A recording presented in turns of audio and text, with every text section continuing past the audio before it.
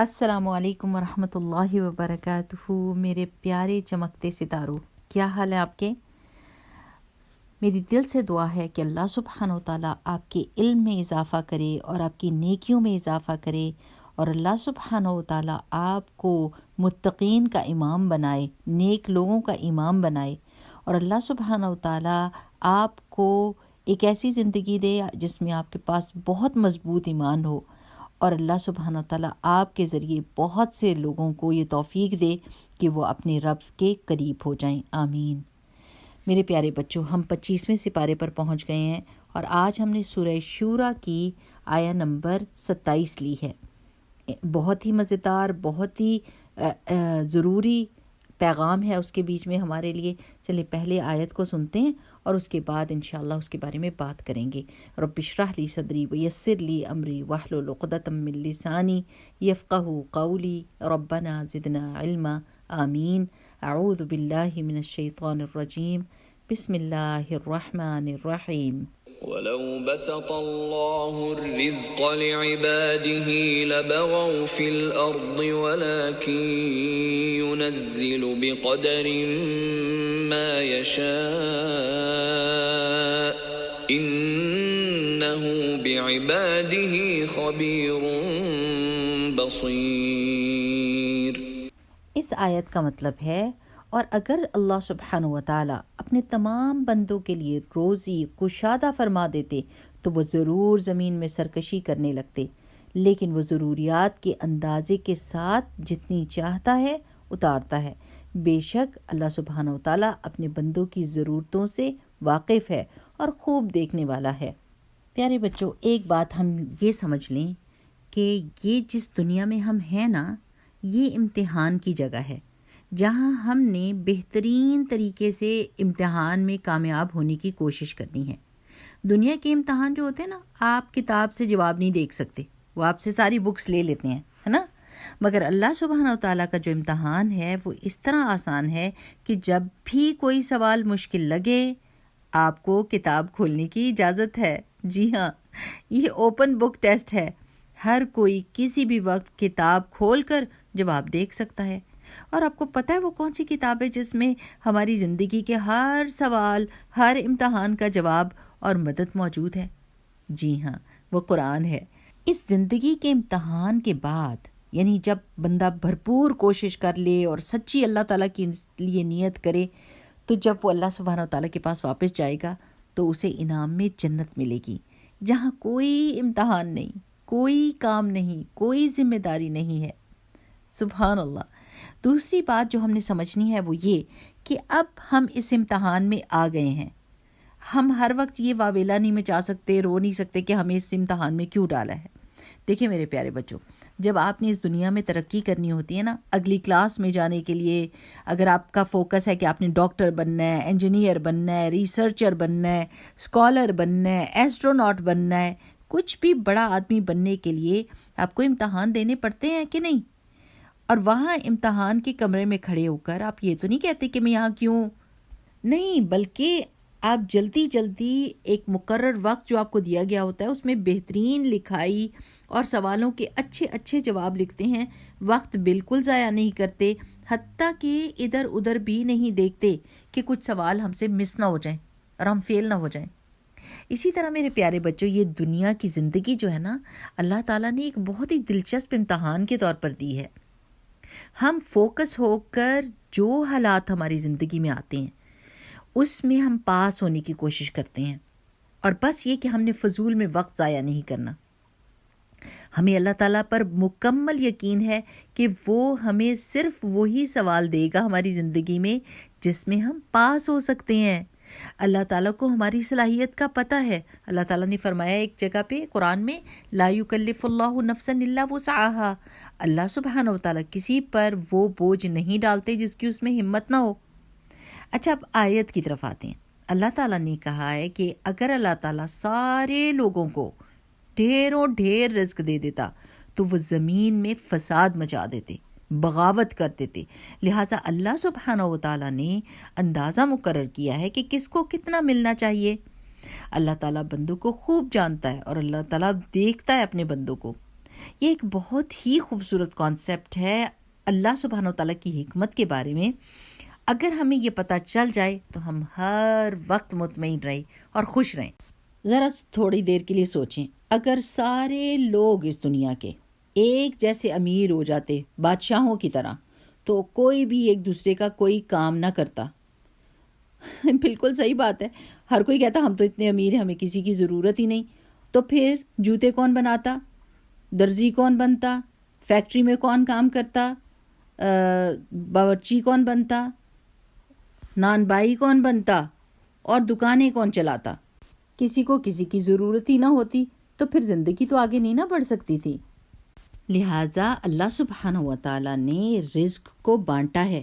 کچھ لوگوں کو زیادہ رزق دیا ہے تاکہ وہ انویسٹ کریں، دوسرے لوگوں کو نوکری دیں، ان کو پیسے دیں اور ان سے کام لیں. اور کچھ لوگوں کو کم دیا ہے تاکہ وہ دوسرے کے لیے کام کر سکیں اور پیسہ کما سکیں. اب جس کے پاس زیادہ پیسہ ہوتا ہے اس کا بھی امتحان ہے کہ وہ پیسے کو کس طرح سے استعمال کرتا ہے. کہیں وہ زیادتی تو نہیں کرتا، کہیں وہ تکبر تو نہیں کرتا اور لوگوں پر ظلم تو نہیں کرتا. اور جن لوگوں کے پاس کم رزق ہے ان کا بھی امتحان ہے کہ وہ اللہ تعالیٰ پر کتنا یقین کر رہے ہیں. ان کو پتہ ہونا چاہیے کہ اللہ سبحانہ و تعالیٰ نے جتنا رزق دیا ہے اسی میں ان کی بھلائی ہے، اور انہوں نے اور بھی اللہ تعالیٰ کی رحمت کو تلاش کرنا ہے، لیکن ساتھ میں تسلی بھی رکھنی ہے کہ رزق کا بانٹنا اللہ سبحانہ و تعالیٰ کے ہاتھ میں ہے. اور اللہ تعالیٰ کے فیصلے اللہ تعالیٰ کی حکمت کی وجہ سے ہوتے ہیں، کیونکہ اللہ تعالیٰ جانتے ہیں نا. اب دیکھیے کہ اگر آپ ملینر ہیں، آپ کے پاس بہت سارے پیسے ہیں، لیکن آپ اپنا گھر تو نہیں بنا سکتے خود. آپ اپنے گھر کی تاریں فکس نہیں کر سکتے، آپ اپنے گھر کی پائپنگ نہیں لگا سکتے، آپ اپنے کپڑے خود نہیں سی سکتے، آپ اپنے جوتے خود نہیں بنا سکتے. آپ کو دوسرے لوگوں کی ضرورت ہے، ٹھیک ہے نا. تو جب آپ ان لوگوں کو کام دیں گے تو ان کو پیسے ملیں گے، اور وہ لوگ جب آپ کا کام کریں گے تو ان کا گھر چلے گا اور دنیا کا نظام سکون کے ساتھ، اطمینان کے ساتھ کام کر سکے گا. ایک بات میرے پیارے بچوں یاد رکھنی ہے، اور وہ یہ ہے کہ اللہ سبحانہ و تعالیٰ نے ہمیں اجازت دی ہے کہ ہم امیر بننے کی کوشش کریں حلال طریقے سے.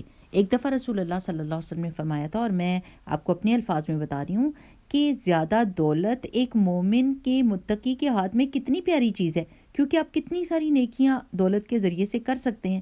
لیکن آپ کی زندگی کا مقصد دولت حاصل کرنا نہیں ہونا چاہیے، بلکہ آپ کی زندگی کا مقصد یہ ہونا چاہیے کہ اللہ تعالیٰ مجھے رزق حلال دے تاکہ میں دوسروں کی مدد کر سکوں، تاکہ میں اور نیکیاں کما سکوں.